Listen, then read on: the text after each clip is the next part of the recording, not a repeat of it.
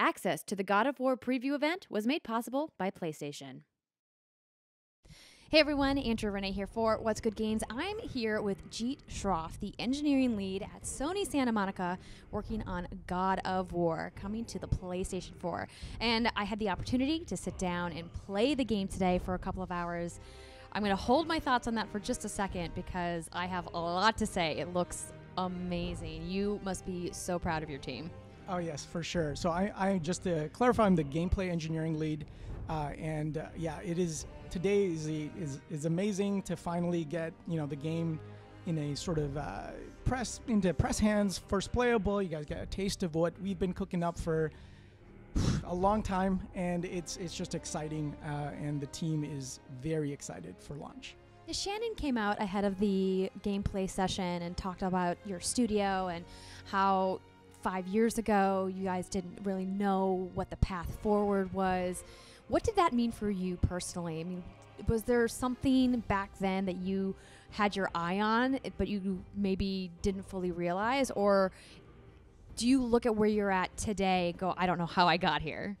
Yeah, I think I think the team itself felt like something needed to change, especially with sort of the arc that Kratos was on, the characters, the game itself, and sort of after several iterations of doing sort of what we knew to do best, I think the team itself knew that, hey, we got to relook at this. We got to challenge ourselves in a different way. And a big part of that was taking what we knew, taking what was really familiar and something that we'd sort of done again and again, and just break it apart completely and re-examine it and try to really reimagine it for a different genre, a different sort of player base as well, and just go, how do we want to evolve this? How do we want to take it forward as we've changed ourselves, right? As we've matured ourselves and grown, how do we want these characters and this gameplay to feel different now? The gameplay certainly has a weightiness to it that I don't recall really feeling in previous iterations of the game. And I know a lot of that obviously has to do with this one camera cut theme that we have seen throughout the development of the game. You guys have spoken about that previously. But from your perspective, from the gameplay only, not looking at cutscenes, I mean, what does that mean to really kind of add that weightiness in? Like, how do you even accomplish something like that? Right. I mean, this was something that Cory was all about from day one, where there is a level of groundedness that we really wanted to achieve with this game. That's very sort of different in a way, and I think having that feel of this like unflinching combat, right? Every hit matters, and be able to deliver it in a way that wasn't sort of slow, right? The combat experience in this game compared to other iterations of our game, it's slightly slower for sure, but we wanted to maintain that familiarity in terms of fluidity, right? The game is still very fluid. It plays fast. Moment-to-moment decisions matter, and I think adding that sort of weightiness that you're talking about was kind of critical in terms of delivering how sort of dangerous this world really is, right? How unflinching and sort of unforgiving this landscape is. It's not sort of, a walk in the park, so to speak.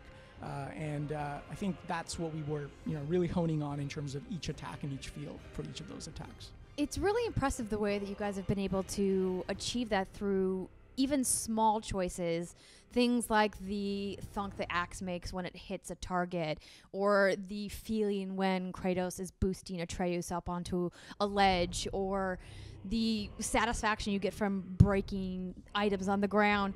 I mean, what kinds of things have you guys utilized within the tech of the DualShock 4 itself, and maybe even the console, to really realize some of those tiny moments? So in terms of tech, I guess it's delivering on sort of that promise of a sort of full experience, right? So I think what the camera, the big change that we made with the camera is pulling it in really up close. It allowed us to sort of, imagine or sort of experience each of these moments very, very, minutely in a way. And previous games, camera way out far, not in your hands, not in your control. Now it's all about player choice. The camera's in your hands. You get to see what you decide to some degree, but also every decision you make matters in the game, right? Throw the axe, impact. Being able to also throw the axe is a key part of that, which means we had to kind of, to some degree, go all in. If you're going to be able to throw the axe, well, it's going to want to go into the water. It's going to want to hit the metal. It's going to want to hit the grass. So we kind of had to, out of the gate, know people are going to want to mess around. People are going to want to experiment. People are going to make these choices. And when they do, we have to deliver on that realization. We have to deliver on that promise of you're playing with the world's going to react in the appropriate way. You're playing with these enemies in this way, they're going to react. And so I think that was something that we wanted to take on up front. And I think we sort of delivered in that, the way that you're describing you experience. It's very satisfying in a way that I'm very happy about. So speaking of enemies, the God of War franchise is known for these giant set-piece boss fights. And we saw a little inkling of that in the demo that I played today. Can fans of the franchise expect to see some of these really large set pieces throughout their playtime in God of War? Yeah, so throughout the game, Kratos and Atreus on this journey are going to encounter, a wide array of sort of creatures and enemies that we've been able to really tap into. This game is significantly larger than previous iterations of the franchise. And so we really had to kind of, embrace the variety out of the gate and go, we are going to want to give players a lot of variety when it comes to enemies in terms of, and sort of the combinations of those enemies as well. And so what you saw in the demo is definitely something that is a snippet and a sort of slice of what that is. And there's definitely more to come in the wide game. One of the words that kept sticking in my mind when I was looking at all of the different elements of gameplay coming together was balance. It felt so balanced between having a moment of exploration to find a crafting item, to having a combat encounter, to solving a puzzle with Atreus. And that is something that I don't recall really feeling previously in the franchise. It felt so combat focused. Why was it so important for you guys as a team to really incorporate some other styles of gameplay into the reboot of God of War?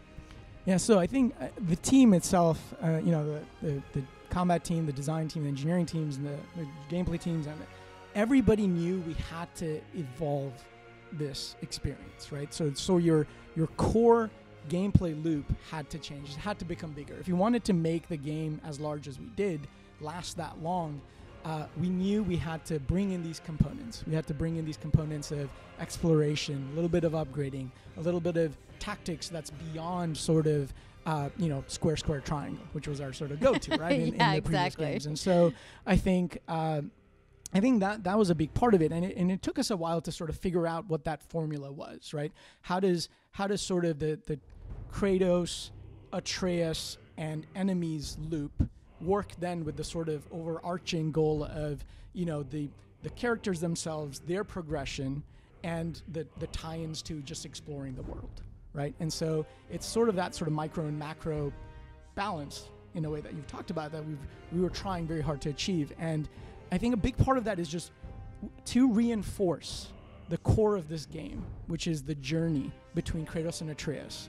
Right, it is an adventure that you're going out on. It's not just combat after combat after combat. It's what are we going to encounter, right? Is it going to be a combat encounter? Are we going to explore? Are we going to do I need to craft? Like, it's making all of these decisions throughout that journey of wanting to achieve that end goal, and through the journey having to survive, right? And so I think those pieces had to exist in that final sort of realization of that journey, right? That vision that we had. And so I think kind of looking at it with those sort of that micro level and then spanning out to sort of the macro is kind of, and then constantly adjusting as we went through, it helped us a lot kind of getting to that balance.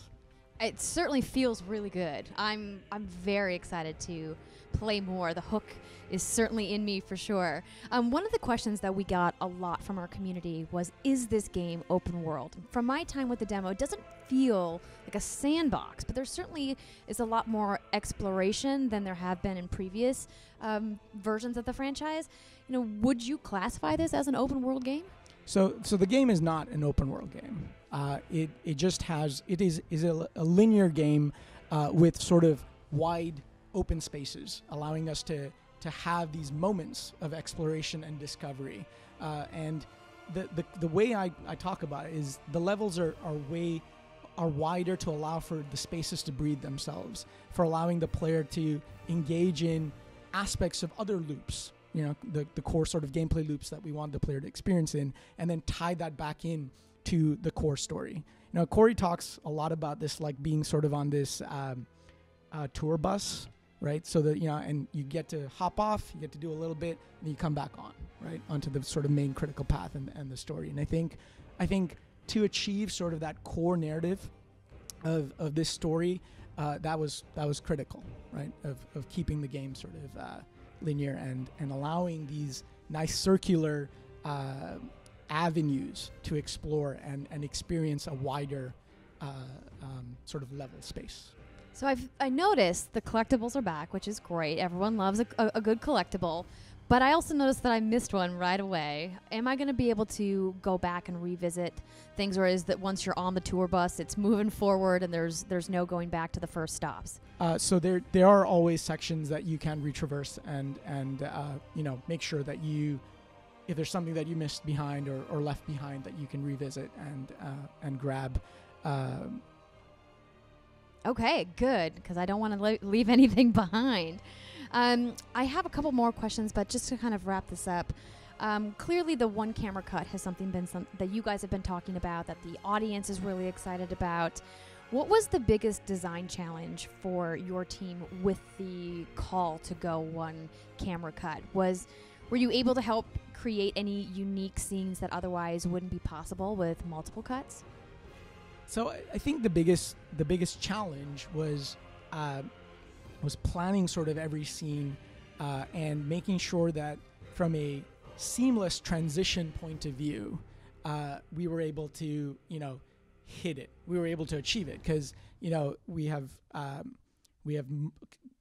several scenes with several characters, not just Kratos, and making sure that each character hit their mark, making sure each character approached the scene at the right speed, with the right pose from an animation point of view, with the right lighting.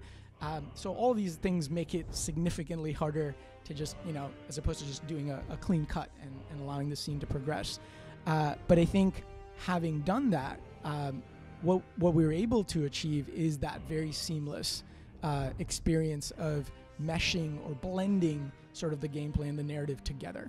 And I think the idea of not ever looking away and the idea of always sort of seeing this world and experiencing it through the eyes of Kratos and Atreus, always, all the time, kind of really helped reinforce the idea of this journey, the idea of the adventure that they're on, and sort of the world that we want the player to see as is very fresh, very new, and have them experience it that way. And I think that hit home for us to be able to deliver on that promise of this adventure.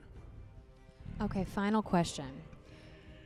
Obviously, Atreus is along for the journey with Kratos, and even though Kratos is who you play as Atreus gets stronger and as you will kind of level up and progress throughout this journey, will Atreus' dynamic with Kratos change? Will he start to play a bigger role, maybe taking on responsibilities where Kratos is going to take a step back and let him take more of a step forward?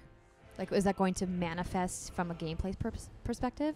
So yeah, as the game progresses and as you play, a big part of this entire game is the core. Like at the core is this relationship between Kratos and Atreus, and a lot of it is kind of dependent on how that relationship evolves, right? And so we had to figure out a way to make sure that relationship wasn't just limited to the narrative.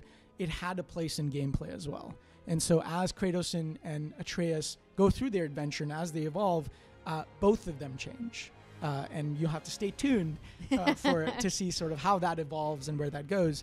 But sort of going back to the demo, you know, having sort of Atreus be on a player commanded sort of button allowed us to really dive into that mechanic a little bit deeper, not shy away from what Atreus would sort of do autonomously, because we could put those things on into the player's sort of bucket of weapons, or the bucket of arsenal of like, hey, this is now controlled by you. You can choose to use them, and then leave sort of the autonomous stuff or the complementary stuff onto Atreus. And so we were able to really have fun with that and play with that mechanic and allow it to grow and evolve as the game progresses. I'm certainly excited to play more, as are everybody listening and watching right now. Jeet, thank you so much for the time, and we're looking forward to God of War when it comes out next month. Awesome. Thank you so much for having me. I am at Sony Santa Monica sitting down with Cory Barlog.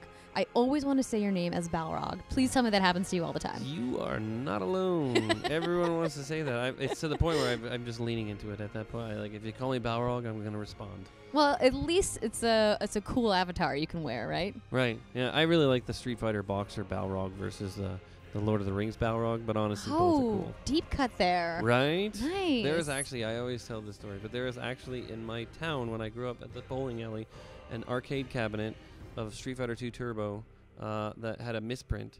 So the boxer's name was Barlog.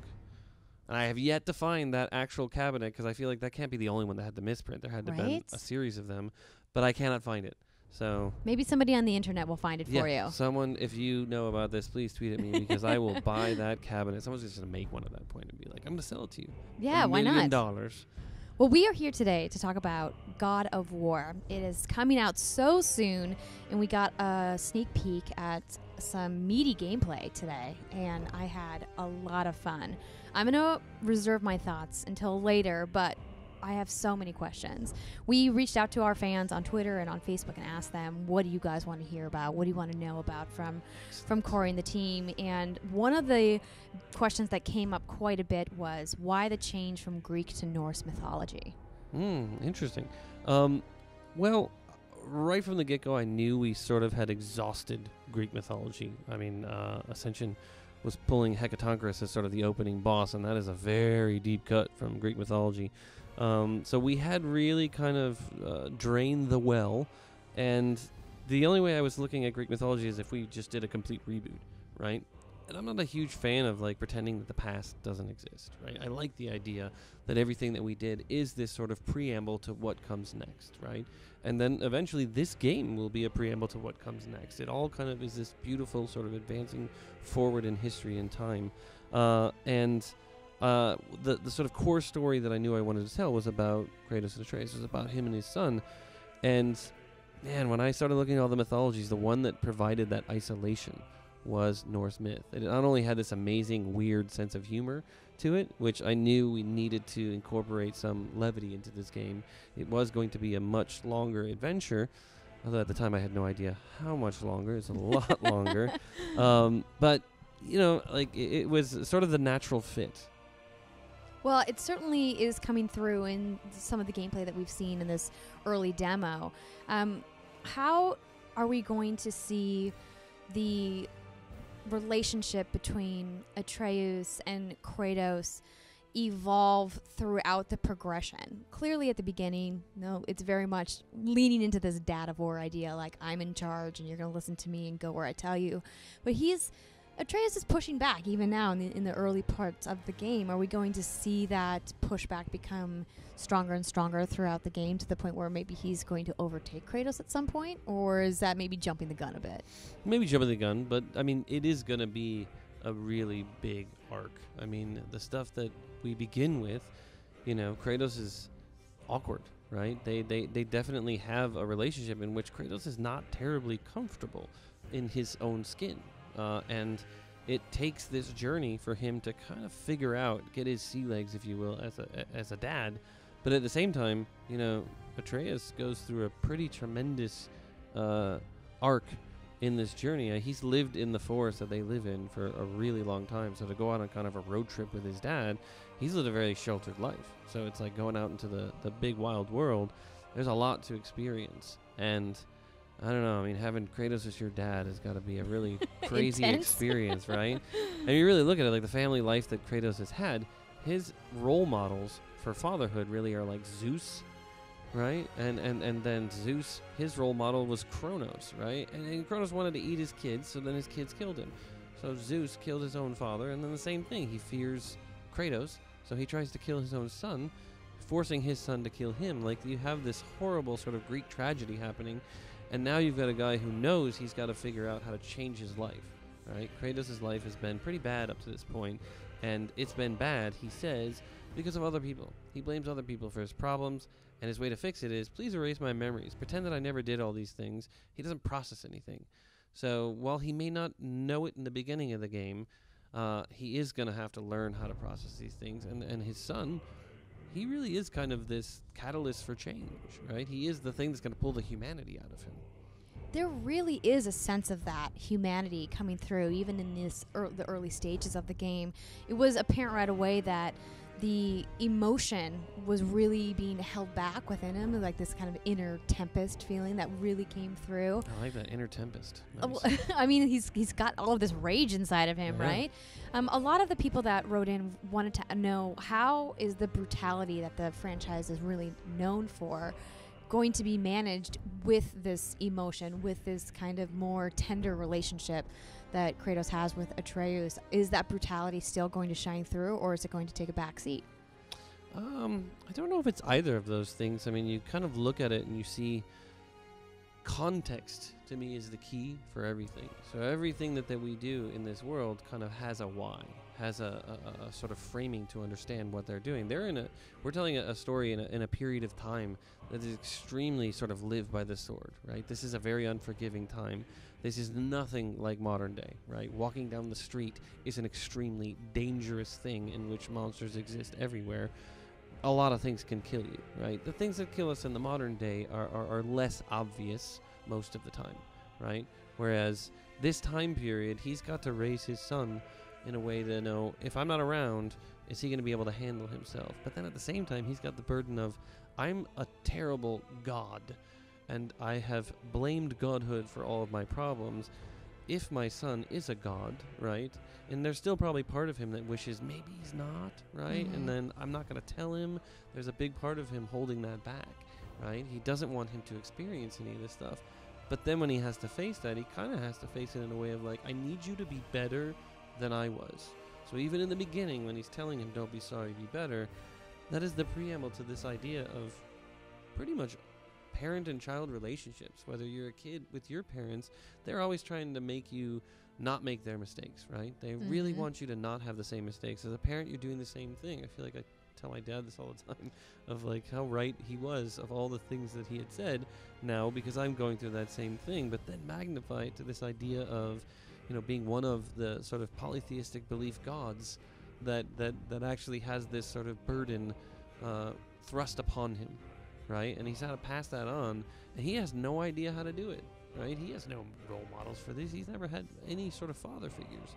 So it is not something that I think takes away from brutality, but brutality is not there for brutality's sake, right? Right. That Kratos is still who he is. He is older, he is wiser, he is more measured, he is more thoughtful in his decisions, but he's still a very well-trained Spartan warrior who's also a demigod. So you will have these amazing sort of God of War moments, but I hope, for me, the goal of this is it is punctuated by an emotional connection to all of it, so it just hits harder. It's not the comic sort of lampoon version of violence. It's more like, wow, this is, you think about it. You walk away from that experience going, what would I have done in that situation? Right? It's more thought-provoking, I think, than, check it out, I made his head bleed. No, absolutely. It certainly felt a lot more visceral. And obviously, the graphical gore is something that the franchise is known for. But because of the new camera style and the amazing, beautiful graphics that we saw on the PlayStation Pro, like, it just feels a lot more gritty and raw in a way that I wasn't quite ready for. Yeah. So certainly a little bit of a hesitation from someone like me who gets a little queasy at some of that stuff. But speaking of, you know, the kind of the goriness, I want to talk a little bit about that within Kratos' character. So he's not really like a lovable guy, right? He's very much like an anti-hero kind of a figure. Really, some could argue he's just a straight up bad dude from a certain perspective. Yeah. and really kind of trying to shift the focus of who he is as a character for this time around. In this day and age, in a year like 2018, where there is such a current pushback against toxic masculinity and kind of what that means, what does that mean for a character like Kratos? And did that kind of cultural moment that's happening right now affect the way that you guys wrote him or you designed him? Did you take that into account at all? Were you concerned about it? It's interesting because I think a lot of this stuff happened after the shift sort of happened after we had kind of steered in the direction we were steering in. And interesting how some of it does align. It's like we're not trying to pretend that any of his sort of past doesn't exist. We're looking at it as this sort of, we've shown you a single dimension of this character, and you look at it and you go, I know exactly what that is. I know exactly what this character is. And then you look at it from a different angle, realizing that everyone is far more complicated than sort of the initial impression of them.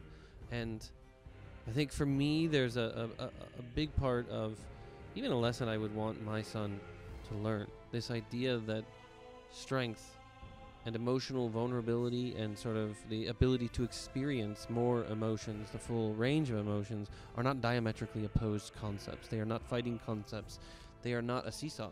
Let's say if you're strong, then you can't have emotion, you can't be vulnerable. It's like, I don't think that's good for anybody. I think they have to see that strength comes from the ability to both be strong and vulnerable at the same time, right? That is how we connect to other people. We find heroes in movies and film interesting because they're flawed, right? That they fail and pick themselves back up. That pick yourself back up moment is what drives us, right? To say, wow, I fail. I fail daily, right? I screwed up the other day. I could pick myself up just like that character, right?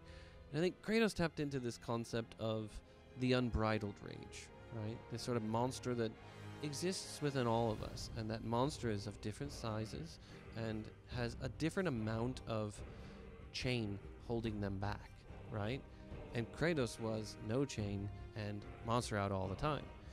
Gets a little boring, I think, creatively as well, if that's all it is, right? Because I think we are desiring every aspect, right? Desiring the sort of the yin to the yang, the balance to all of this. And that, to me, was the driver of every one of our changes. And it does seem to coincide with, I think, a lot of people are looking for the full range of human experience.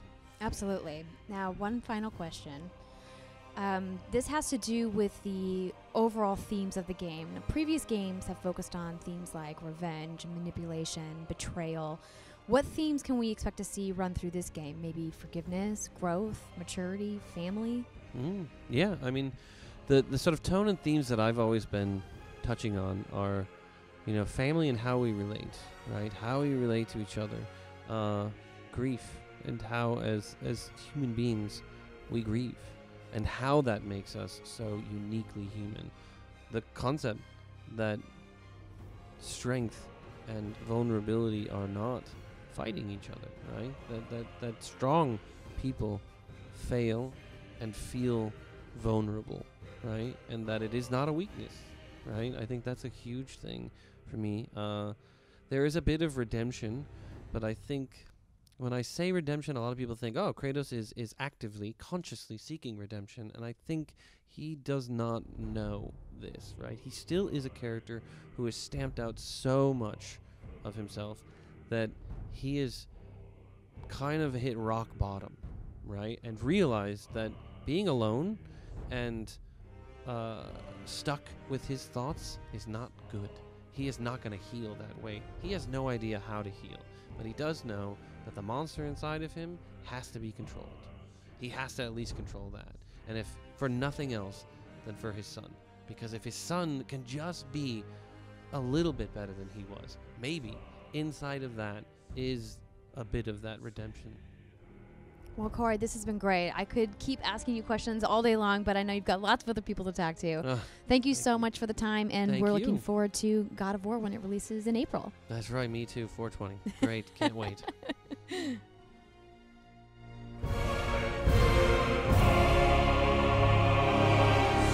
Access to the God of War